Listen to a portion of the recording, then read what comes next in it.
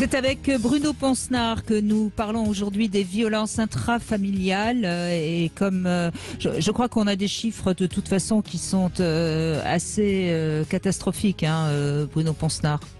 Oui, sur les violences intrafamiliales, notamment sur l'inceste, il y a une commission qui vient de sortir où il y a plus de 160 000 enfants victimes d'inceste tous les ans en France. Parce que on retrouve malheureusement dans les violences intrafamiliales des violences sexuelles aussi. Puis on a une actualité très chargée à propos des féminicides. On a eu l'occasion d'en parler lors de la dernière émission, et c'est vrai que c'est assez catastrophique. Et surtout, le reproche qu'on peut faire, c'est que il n'y a rien de structuré. Enfin, il y a des associations qui sont là pour prendre en charge les personnes, mais il y a une grosse carence de moyens et de personnes, si vous voulez, et notamment de personnes formées. Bien sûr, oui. La difficulté de la prise en charge, c'est que ça prend du temps de se former, et voilà. Mais on œuvre pour ça, et tous les jours, les gens qui sont engagés un peu comme moi, je suis pas un militant habituellement, mais là, oui, effectivement, je m'engage dans ce sens-là parce que c'est important qu'on ait un monde un peu plus apaisé, un peu plus bienveillant que ce qu'on voit aujourd'hui. Exactement, parce que les enfants d'aujourd'hui, c'est la société de demain, comme j'aime à le répéter, et si nos enfants vont bien, la société ira mieux. Voilà, c'est important. N'est-ce pas, Sébastien? Bonjour. Bonjour Brigitte. Bonjour Bruno. Bonjour Sébastien. Merci d'être avec nous, Sébastien. Alors, vous êtes adulte, bien sûr, mais vous avez subi des violences de la part de votre beau-père, c'est bien ça? C'est ça, ouais. Racontez-nous. Écoutez, je vous situe le contexte. Donc, j'avais environ 3 ans lorsque ma mère se remarie. J'ai des frères et sœurs avec qui j'ai jamais vécu quasiment. Ils sont partis vivre chez ma grand-mère et moi, comme j'étais le plus jeune, je suis resté donc avec ma mère. D'accord, donc c'était vos frères et sœurs des mêmes parents, c'est bien ça? Des mêmes parents, tout à fait. Oui, qui ont eu la chance, si je puis dire, de partir avec chez votre grand-mère, et vous restez avec maman, qui se remarie. Qui se remarie, et je grandis, et petit à petit, je me rends compte qu'en fait, je me fais taper dessus pour un oui, pour un non. Je me fais rabaisser tout le temps. On m'appelle pas par mon prénom, on me donne des noms, des espèces de noms que je peux même pas vous dire parce que ça me reviendrait à l'esprit et c'est pas bon. Et en fait, je me fais tout le temps crier dessus, terrorisé. J'ai toujours tort. Quoi qu'il arrive, j'ai tort. Des noms qui sont des noms, j'imagine, dégradants, évidemment. C'est une terrible humiliation pour un petit garçon. Oui, exactement. En fait, on m'appelle pas par mon prénom. On m'appelle comme si j'étais un animal avec un surnom.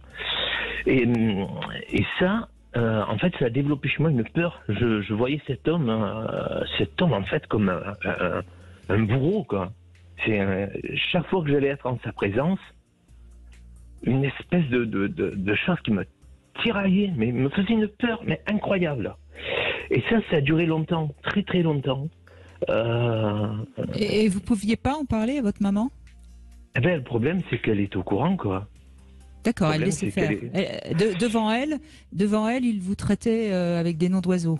Ah oui, tout à fait. Devant elle, il me traitait des noms d'oiseaux. Devant elle, je prenais des torgnoles, des coups de pied, des coups de pied. Un jour, elle n'était pas là, il m'a enfermé dans la cave.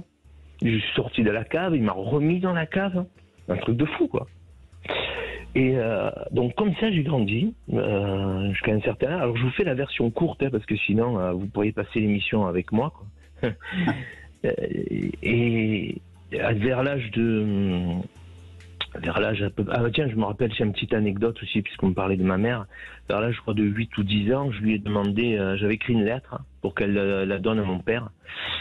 Et du coup, elle n'a jamais donné cette lettre. Elle n'a jamais envoyé cette lettre. En fait, elle me disait que mon père m'avait abandonné, qu'il était parti. Oui, et cette lettre, c'était un appel au secours que vous faisiez à votre père? Oui. Oui, c'est terrible. Je suis désolée, Sébastien. Mais c'est pas grave, ça fait du bien aussi de pleurer, vous savez, Sébastien. Ça montre qu'il y a encore beaucoup de souffrance en vous. et qu'il y a des choses qu'il faut encore réparer. Oui. Et beaucoup de courage de témoigner aujourd'hui, Sébastien. Vraiment. Alors, je voulais vraiment témoigner dans ces émissions-là. La dernière fois, déjà, je vous avais écouté. En fait, je vous écoute tout le temps. Hein. Brigitte, plus je vous écoute, plus je vous trouve belle. Franchement, vous êtes incroyable. Je vous écoute tout le temps. Je voulais témoigner la dernière fois, mais j'ai pas pu. Donc, les années ont passé. À l'âge je devais avoir quasiment 15 ans et demi. Et là, je lui ai dit stop, ça suffit. Je me suis battu avec lui. Je lui ai lancé des pierres dessus. Je lui ai sorti tous les gros mots de la terre et je suis parti. Et j'ai atterri, bien sûr, chez ma grand-mère, où j'ai grandi. J'ai pris un appartement, j'ai grandi, je me suis marié. Votre grand-mère, elle a pu vous accueillir, elle a pu comprendre d'où vous veniez? C'était une autre époque. C'était des gens qui avaient vécu la guerre. Ils étaient pas dans le jugement, ils étaient vraiment dans la compassion. Et ma grand-mère... Oui. Attendez, je respire. Ma grand-mère, c'est un ange exceptionnel. D'accord. Donc, arrivé chez elle, quelque part déjà, il y a quelque chose qui peut se passer. Il y a une sorte d'apaisement. Vous vous sentez enfin accueilli en tant qu'être humain et non pas comme une sorte de verrue qui dérange, quoi. Exactement, il y a ça, il y a aussi cette grande peine de voir que j'ai 15 ans et demi, que je me retrouve en dehors du système scolaire en train de travailler et que tous les enfants de mon âge sont encore à l'école avec leurs parents. Ben, il y a ce tiraillement quand même, il y a cette sécurité qui est venue s'installer au niveau émotionnel, au niveau, lorsque je rentre à la maison, je prends plus de coups.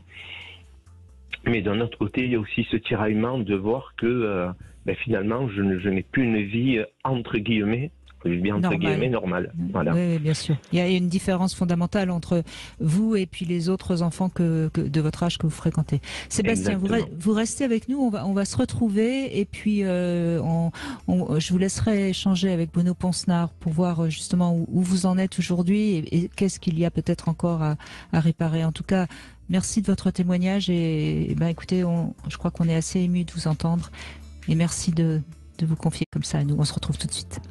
Brigitte Lahaie, Sud Radio. Les violences intrafamiliales, on en parle avec Bruno Poncenard qui est avec nous, psychanalyste, sexologue, clinicien et militant justement pour que la société s'améliore parce que quand on entend le témoignage de Sébastien, on a vraiment envie que ça s'améliore. Sébastien, merci d'être avec nous. Donc vous nous avez raconté toutes les violences que vous avez subies de la part de votre beau-père. À 15 ans et demi, vous devenez grand, vous devenez apte à vous révolter. Et je trouve que d'ailleurs cette attitude que vous avez eue là de le violenter juste avant de partir, je suis sûre que ça a été le premier pas de votre résilience. Oui, c'était je pouvais plus. J'étais arrivé à bout de ce que je pouvais supporter. Et voyez, je dis souvent, la colère, elle peut être tout à fait positive parce que c'est aussi ce qui nous permet de poser enfin nos limites. Vous voyez, cette colère que vous avez eue, il est certain que ce qui aurait été terrible, c'est si par exemple vous l'aviez tué avec une pierre, parce que là, vous auriez eu votre vie totalement massacrée alors que c'est lui qui a massacré la vôtre. Et pourtant, je ne rêvais que de ça. Mais je me doute, mais c'est normal.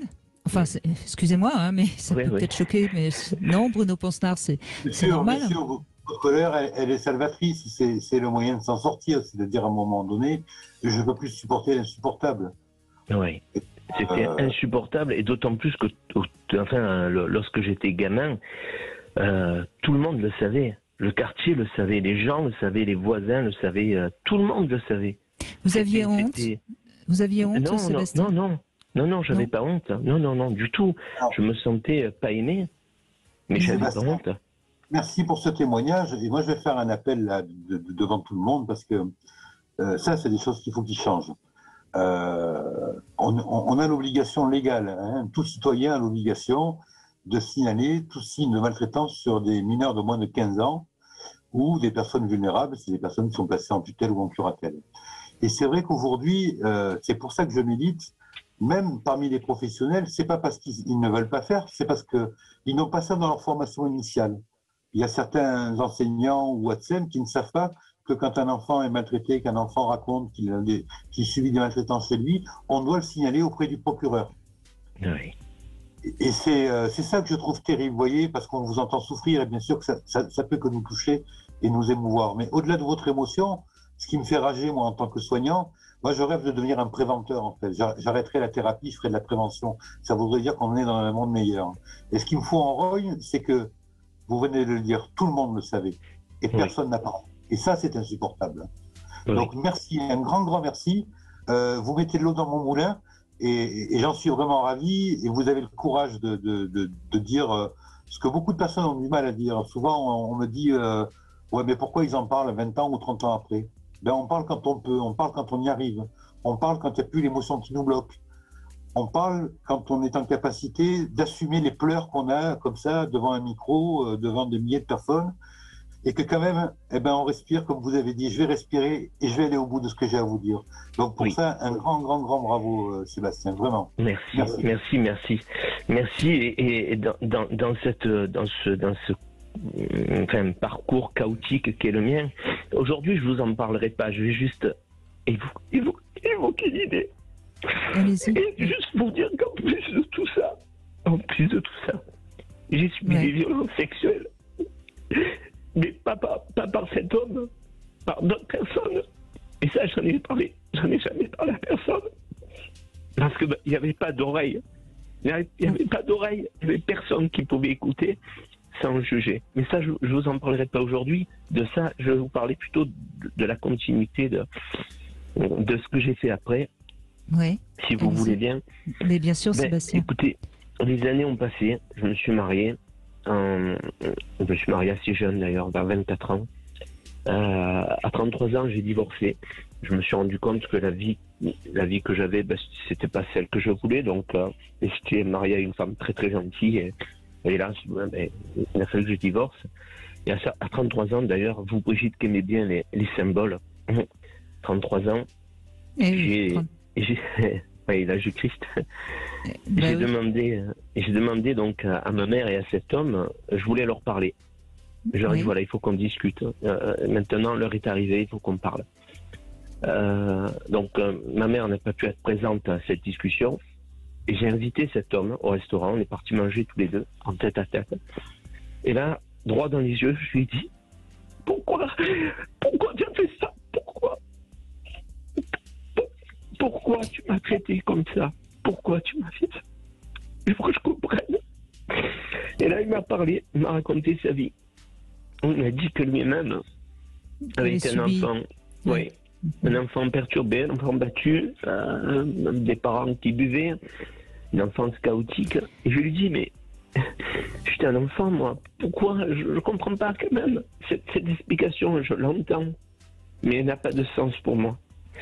C'est surtout qu'elle n'excuse rien, Sébastien.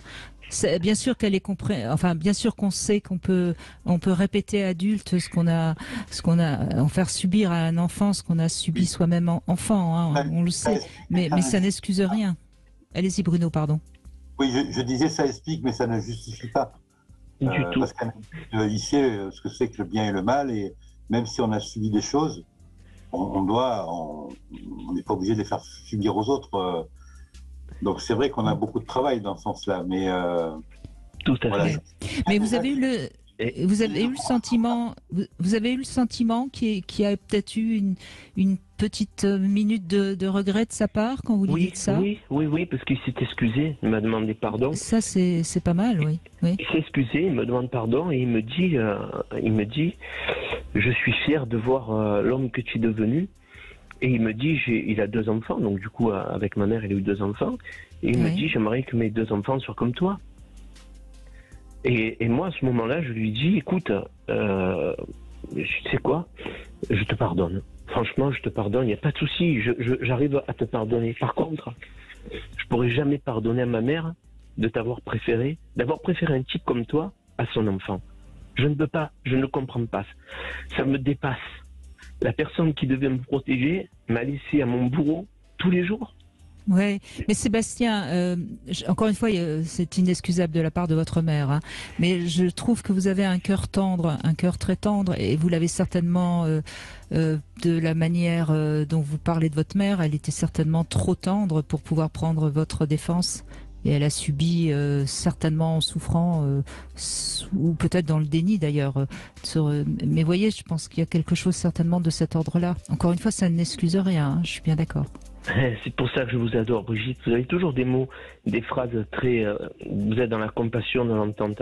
Aujourd'hui, c'est ma colère, elle est trop forte pour passer sur ça encore. Je suis prisonnier encore de cette colère. Elle est là, elle est omniprésente.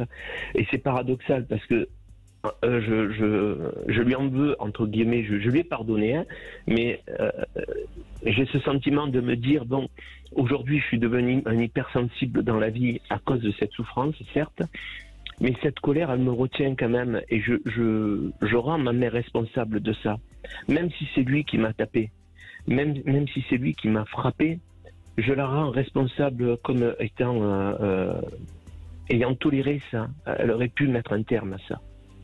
Elle en avait la possibilité, elle en avait la capacité de mettre un terme à ça. Et ça ne s'est pas fait. C'est pas sûr. C'est pas sûr, Sébastien, qu'elle en ait eu la possibilité. Si elle était très soumise, très fragile, je crois pas, si vous voulez, qu'elle a préféré votre père à vous, parce que je crois juste qu'elle a subi. Enfin, je sais pas, hein, Bruno Ponsnard, on fait là, enfin moi je fais une interprétation, oui, elle vaut ce qu'elle vaut. Trop peu de temps pour contextualiser votre histoire, Sébastien. Oui. C'est parce que après, si vous avez déjà réussi à pardonner à cet homme qui était quand même votre bourreau, le premier des bourreaux, Oui. le temps c'est un allié précieux en fait.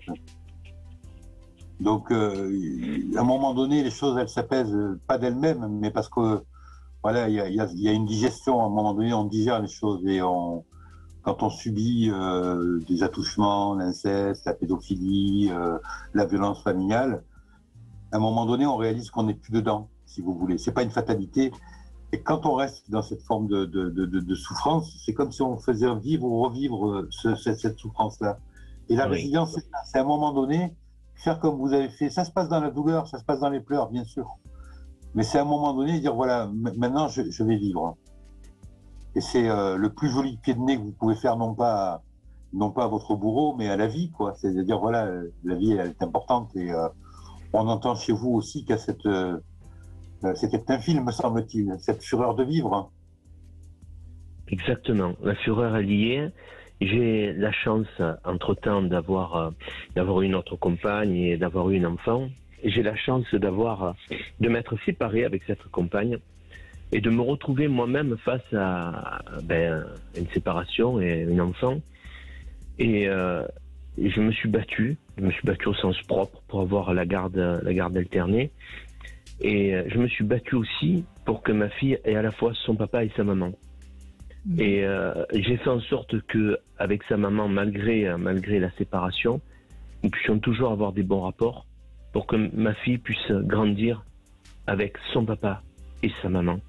C'était pour moi le pied de nez à la vie, il était là. Je me suis dit, ok, on m'a coupé quelque chose, on m'a enlevé quelque chose, mais je ne veux pas transmettre ça à ma fille. Elle n'a pas à le supporter, elle, dans sa vie.